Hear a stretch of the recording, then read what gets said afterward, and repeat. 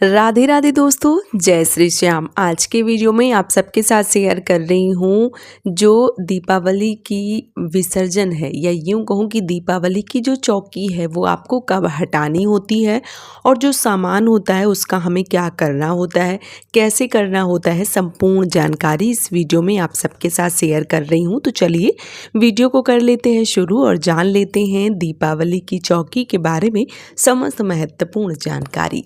जैसे कि आप देख रहे हैं कि यहाँ पे सारा सामान, जैसे एक कपड़ा बिछा हुआ है, एक चौकी लगी हुई है, उसके ऊपर कपड़ा बिछा हुआ है, उसके ऊपर जो माता जी हैं, जो गणपति भगवान हैं वो विराजमान हुए हैं। तो जो कपड़ा है वो आप संभाल के अच्छे से रख सकते हैं, आप दोबारा भी प्रयोग कर सकते हैं। दीपावली की पूजा में हमें नया कोरा कपड़ा चाहिए होता है। उसके अलावा आप कभी भी किसी भी पूजा को करते हैं तो ये कपड़ा जो है वो आप बिछा सकते हैं। जो चौकी है उसको भी उठा के रख देना है, क्योंकि चौकी लगा के हम बहुत सारी पूजा करते हैं, तो जो चौकी है वो भी आपको उठा के रख देना है। जो फ़ोटो होती हैं वो आपको अपने भगवान जी के पास विराजमान कर देनी होती हैं। माता लक्ष्मी की फ़ोटो या जो मिट्टी की मूर्ति आपने ली है, या आपके पास सोने की, चांदी की जो भी मूर्ति हैं वो आपको अपने मंदिर में विराजमान कर देनी है। यदि चांदी की मूर्तियाँ हैं और आप रोज़ मंदिर में नहीं रखते हैं तो ऐसे में आप उनको अपने जहाँ भी यथास्थान रखे थे वहाँ पे आप रख सकते हैं। अब बात आती है कलश की। जो कलश का जल होता है वो हमें सबसे पहले अपने घर में सब जगह छिड़काव करना होता है। उसके बाद आप उस जल को चाहें तो आप एक किसी भी पेड़ के नीचे डाल सकते हैं, या आप चाहें तो किसी एक कोने में जहाँ किसी का पैर ना पड़े, पानी बच जाता है तो आप वहाँ डाल सकते हैं। बाकी जो भी उसमें चीज़ें डाली जाती हैं, जैसे पंचपल्लव हो गया, या उसमें हल्दी की गांठ हो गई, फूल हो गया, ये सारी चीज़ें जो है वो निकाल लेनी है। तो उसमें जो सिक्का और जो सुपारी है वो आप निकाल सकते हैं, बाकी आप सबका विसर्जन कर सकते हैं। जो पंचपल्लव आपने लिए हैं, जो अशोक या आम के पत्ते लिए हैं, उनका भी विसर्जन किया जाता है। इसके साथ ही साथ जो चावल का स्वास्तिक बना है या जो चावल का आसन दिया है उसको भी, अच्छा जो सामान है वो आप किसी भी एक, मान लीजिए ऐसी कोई चीज़ है जिसमें भर लीजिए, पन्नी ले लीजिए या कोई थाली इत्यादि ले लीजिए, उसमें सारा सामान इकट्ठा कर लीजिए। और ये सामान जो है वो आप ऐसी जगह विसर्जन करें, जैसे किसी दर्शन करने कहीं हरिद्वार जा रहे हैं, कहीं गंगा जी जा रहे हैं, तो ऐसी जगह पे अगर करते हैं तो बहुत ज़्यादा शुभ होता है। ठीक है, और यदि नहीं है तो फिर आप धरा विसर्जन कर सकते हैं। इसके साथ ही साथ एक जो नारियल आपने लिया है, तो अगर आपने कलश के ऊपर रखा है तो देखिए कुछ लोग आह्वान करके जो नारियल रखते हैं उसको फोड़ के नहीं खाते हैं, उसको विसर्जन करते हैं, और कुछ लोग जो नारियल है वो खाते हैं। आप देख लीजिए आपके यहाँ क्या होता है। यदि आपने नारियल चढ़ाया है तो आप लाल कपड़े में उसको बांध के अपने घर के मुख्य दरवाजे पर बांध भी सकते हैं, क्योंकि ये माँ लक्ष्मी का स्वरूप होता है।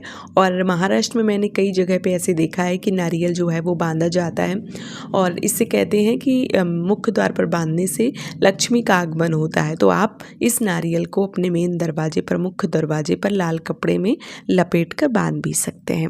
तो इस प्रकार से आप नारियल जो है वो कर सकते हैं। अगर आप प्रसाद के स्वरूप में खाना चाहते हैं तो वो आप अपने हिसाब से देख सकते हैं। ठीक है, तो कलश का नारियल, इसके साथ ही साथ फोटो, चौकी, ये चीज़ें जो है वो मैंने आप सबको बता दी हैं। अब क्या करना है, अब देखिए जो भी चीज़ें हम चढ़ाएंगे, चाहे वो फल हो गया, चाहे वो मिठाई हो गई, चाहे जो भी चीज़ें हो गई, उन सभी चीज़ों को, जो खाने लायक चीज़ें होती हैं वो सारी चीज़ें जो है वो हटा के रख ली जाती हैं, और भोग प्रसाद के रूप में हम उनको ग्रहण करते हैं। और जो ऐसी चीज़ें जो हम खा नहीं सकते हैं, जैसे हवन करने वाली जो राख होती है, जो पुष्प होते हैं, जो चावल होते हैं, उन सारी चीज़ों को हम विसर्जन कर देते हैं। और जो भी कीमती वस्तुएं होती हैं उनको उठा के हम अपनी तिजोरी में रख देते हैं। इसके साथ ही साथ जो पोटली का सामान होता है वो हम पोटली में रख देते हैं। अब आपके मन में ये प्रश्न आ रहा होगा कि जो चौकी है वो हटाई कब जाएगी। तो देखिए 20 तारीख को दीपावली और 21 तारीख को दीपावली, उदया तिथि के हिसाब से 21 तारीख को, वैसे 20 तारीख को। तो आप जिस दिन भी मना रहे हैं, 20 तारीख को या 21 तारीख को, यदि आपने 20 को मनाई है तो आपको 21 को चौकी हटाना ही नहीं है। वैसे तो ये 4 दिन का त्यौहार होता है, तो भैया दूज वाले दिन जो चौकी है वो हटानी चाहिए। लेकिन भैया दूज वाले दिन चौकी बहुत सारे लोग इतने दिन तक नहीं रख पाते हैं, क्योंकि पहले दीपावली, फिर गोवर्धन पूजा, उसके बाद भाई दूज। तो इतने दिन अगर आप नहीं रख सकते हैं तो आपको क्या करना है कि आप अच्छे दिन, जैसे दीपावली हो जाए फिर अच्छे दिन, जैसे सोमवार और मंगलवार 2 दिन दीपावली मनाई गई है, तो आप बुधवार को भी हटा सकते हैं और नहीं तो फिर आप शुक्रवार को हटा सकते हैं। ठीक है, आपको तुरंत जो है वो लक्ष्मी जी को नहीं हटाना है, चौकी पे कम से कम 2-3 दिन तो विराजमान रहने देना है। और माता लक्ष्मी हमारे घर में सदैव निवास करें, उनको तो मान लीजिए एक तरीके से प्रस्थान करवाना या उनका विसर्जन तो कभी किया ही नहीं जा सकता है, क्योंकि जहाँ माँ लक्ष्मी नहीं है वहाँ कुछ नहीं है। इसलिए आपको अपने जो भी चौकी है, जो भी चीज़ें हैं, उनका बहुत ही समझदारी के साथ चीज़ें जो है वो विसर्जन करनी है। जो भी चीज़ें विसर्जन करने लायक हैं वही आपको करनी होती हैं। अब चलिए मैं आप सबको बता दूं कि जो भी सामान सारा रखेंगे वो कहाँ, कैसा, कौन सा सामान जो है वो रखा जाएगा, तो चलिए उसको भी देख लेते हैं। तो देखिए, ये जो पोटली वाला सामान रखा है, इसको अगले दिन स्नान करके पोटली में भर के रख दिया जाता है। कुछ लोग उसी रात को रख देते हैं, लेकिन मेरा यही मानना है कि अगले दिन स्नान करने के बाद पोटली का सामान पोटली में रख देना है। जो भी श्रृंगार की चीज़ें हैं वो प्रसाद स्वरूप आपको रख लेनी है। यदि छोटी झाड़ू है तो आप अपने मंदिर में जहाँ भी जगह है वहाँ पे आप जहाँ साफ सफाई करते हैं उसको छुपा के रख लीजिए। यदि बड़ी झाड़ू है तो आप उसको यूज़ कर सकते हैं, पूजा हो जाती है फिर उसको यूज़ कर लिया जाता है। जो भी आपने खील ली है, लाई ली है या बतासे लिए हैं, वो आपका प्रसाद होता है, उसको ग्रहण किया जाता है। इसके साथ ही साथ जो भी सोना चांदी आपने लिया है, जो अमूल्य वस्तुएं हैं, वो आपको रख देनी है। और जो देखिए, जो अनाज होता है, जो सतनाजा हम रखते हैं, 7 प्रकार का अनाज रखते हैं, सप्तधान जिसको कहते हैं, वो आपको जहाँ से आपने निकाला है वहीं पर डाल देते हैं। कहते हैं इससे अन्नपूर्णा माता प्रसन्न रहती हैं, तो आपके घर के भंडार जो है वो भरे रहते हैं, कभी अन्न धन की कमी नहीं होती है।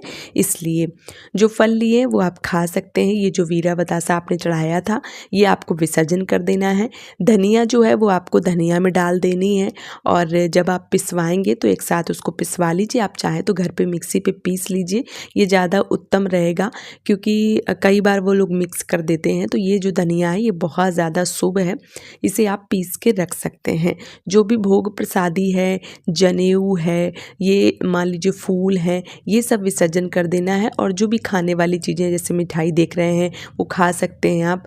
और इसके साथ ही साथ जो हवन कुंड होता है, हवन कुंड में जो भी राख है वो आपको विसर्जन करनी होती है।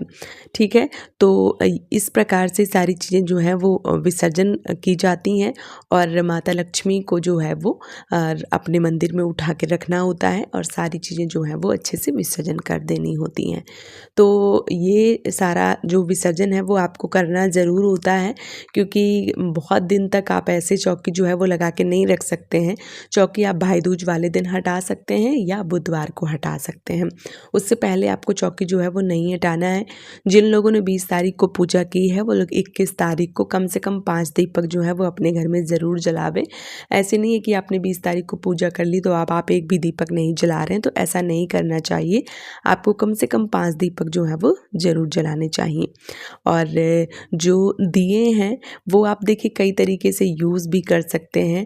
और जो मान लीजिए जो आपने दिए सब जगह जला के रखे हैं, वो आप उनको इकट्ठा करके किसी में रख लीजिए। कई बार हम उनको यूज़ कर सकते हैं। मान लीजिए पूजा में नहीं यूज़ कर सकते हैं, लेकिन बाकी जगह पे तो हम यूज़ कर सकते हैं। कई बार मान लीजिए कहीं जला के रखना हो तो इस प्रकार से यूज़ कर सकते हैं। तो विसर्जन का ये वीडियो आप सबको कैसा लगा, आप हमें ज़रूर बताइए। वीडियो पसंद आया है तो चैनल को सब्सक्राइब करके वीडियो को लाइक ज़रूर कीजिए। आज का ये वीडियो मैं यहीं पे समाप्त कर रही हूँ दोस्तों। मिलती हूँ बहुत जल्दी एक नए वीडियो के साथ में। राधे राधे।